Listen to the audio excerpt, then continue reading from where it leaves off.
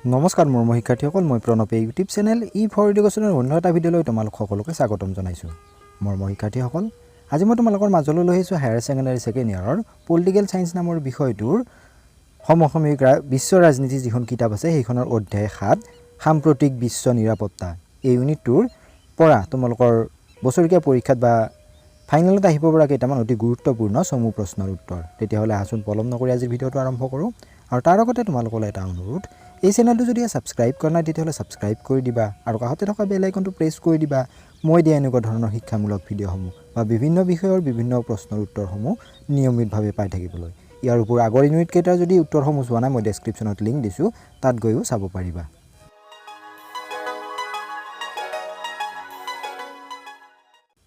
প্ৰশ্ন নম্বৰ 1, ৰাষ্ট্ৰীয় নিৰাপত্তা নীতিৰ প্ৰথমটো উপাদান কি? সেই প্ৰথম উপাদানটো হৈছে যুদ্ধক বাধা দিয়া, যাক যুদ্ধ নিবাৰক বুলি কোৱা হয়। প্ৰশ্ন নম্বৰ 2, কিমানখন ৰাষ্ট্ৰই জৈৱিক অস্ত্ৰ নিষিদ্ধকৰণ চুক্তিত সন্মতি প্ৰদান কৰিছে? 155খন ৰাষ্ট্ৰতকৈও অধিক। Question number 3, anti ballistic missile চুক্তি কেতিয়া স্বাক্ষৰিত হৈছিল? 1972 চনত। প্ৰশ্ন নম্বৰ 4, 1968 চনৰ অস্ত্ৰ নিয়ন্ত্ৰক চুক্তিখনৰ নাম কি? সেই চুক্তিখনৰ নাম আছিল পাৰমাণৱিক অস্ত্ৰ সম্প্ৰসাৰণ চুক্তি। প্ৰশ্ন নম্বৰ 5, মানৱ নিৰাপত্তা কি? মানৱ নিৰাপত্তা হ'ল জনসাধাৰণৰ নিৰাপত্তা, যিয়ে ৰাষ্ট্ৰৰ সুৰক্ষাতকৈ জনগণৰ নিৰাপত্তাক অধিক গুৰুত্ব দিয়ে। প্ৰশ্ন নম্বৰ 6, গোলকীয় নিৰাপত্তাৰ ধাৰণাটো কেতিয়া উদ্ভৱ হৈছিল? এই ধাৰণাটো 1990 চনত বা 90 দশকত উদ্ভৱ হৈছিল। প্ৰশ্ন নম্বৰ 7, আভ্যন্তৰীণ হিংসাৰ পৰা সম্প্ৰদায়ৰ আৰু ব্যক্তিক সুৰক্ষা প্ৰদান কৰা, এই উক্তিটো কাৰ? এই উক্তিটো ৰাষ্ট্ৰসংঘৰ সচিব প্ৰধান কোফি আন্নানৰ। প্ৰশ্ন নম্বৰ 8, মানৱ অধিকাৰক কেইটা ভাগত ভাগ কৰিব পাৰি আৰু কি কি? মানৱ অধিকাৰক সাধাৰণতে 3টা ভাগত ভাগ কৰিব পাৰি। প্ৰথমটো হৈছে বাক স্বাধীনতা আৰু সমবেত হোৱাৰ স্বাধীনতা, দ্বিতীয়টো হৈছে অৰ্থনৈতিক আৰু সামাজিক অধিকাৰ, তৃতীয়তে পৰাধীন দেশৰ জনসাধাৰণৰ নাইবা নৃগোষ্ঠীয় আৰু থলুৱা সংখ্যালঘুৰ অধিকাৰ। প্ৰশ্ন নম্বৰ 9, স্থানচ্যুত মানুহৰ এটা উদাহৰণ দিয়া। 1990 দশকৰ প্ৰথম ভাগত কাশ্মীৰী পণ্ডিতসকলে কাশ্মীৰ উপত্যকা হিংসাৰ কাৰণে এৰি যোৱাটো হৈছে স্থানচ্যুত মানুহৰ এটা উদাহৰণ।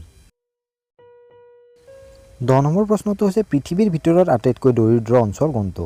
সেই দৰিদ্ৰ অঞ্চলটো হৈছে আফ্ৰিকা মহাদেশৰ ছাহাৰা অঞ্চল।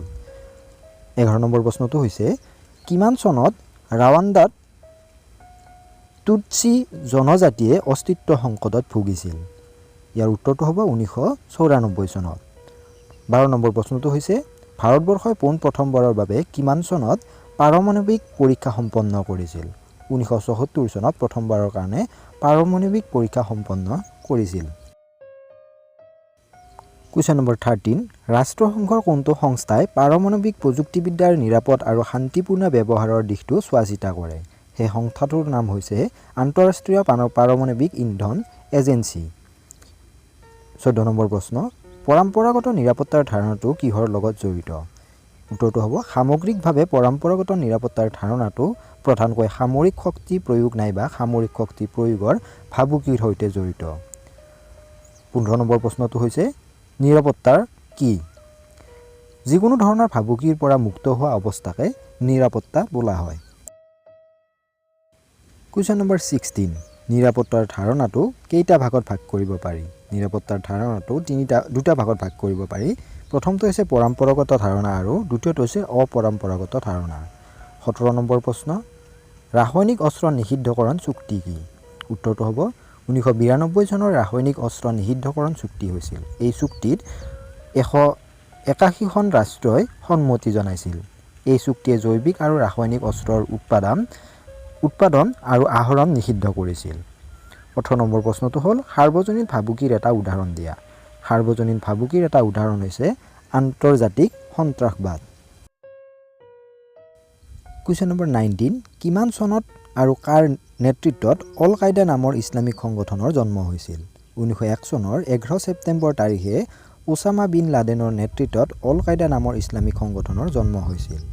20 নম্বৰ প্ৰশ্ন, নিৰস্ত্ৰীকৰণ চুক্তি কেতিয়া স্বাক্ষৰিত হৈছিল? এই চুক্তিখন 1968 চনত স্বাক্ষৰিত হৈছিল। শেষৰ প্ৰশ্নটো হৈছে ভাৰতৰ নিৰাপত্তাৰ কৌশলৰ এটা উপাদান লিখা। ভাৰতৰ নিৰাপত্তা কৌশলৰ এটা উপাদান হ'ল সামৰিক ক্ষমতা বৃদ্ধি।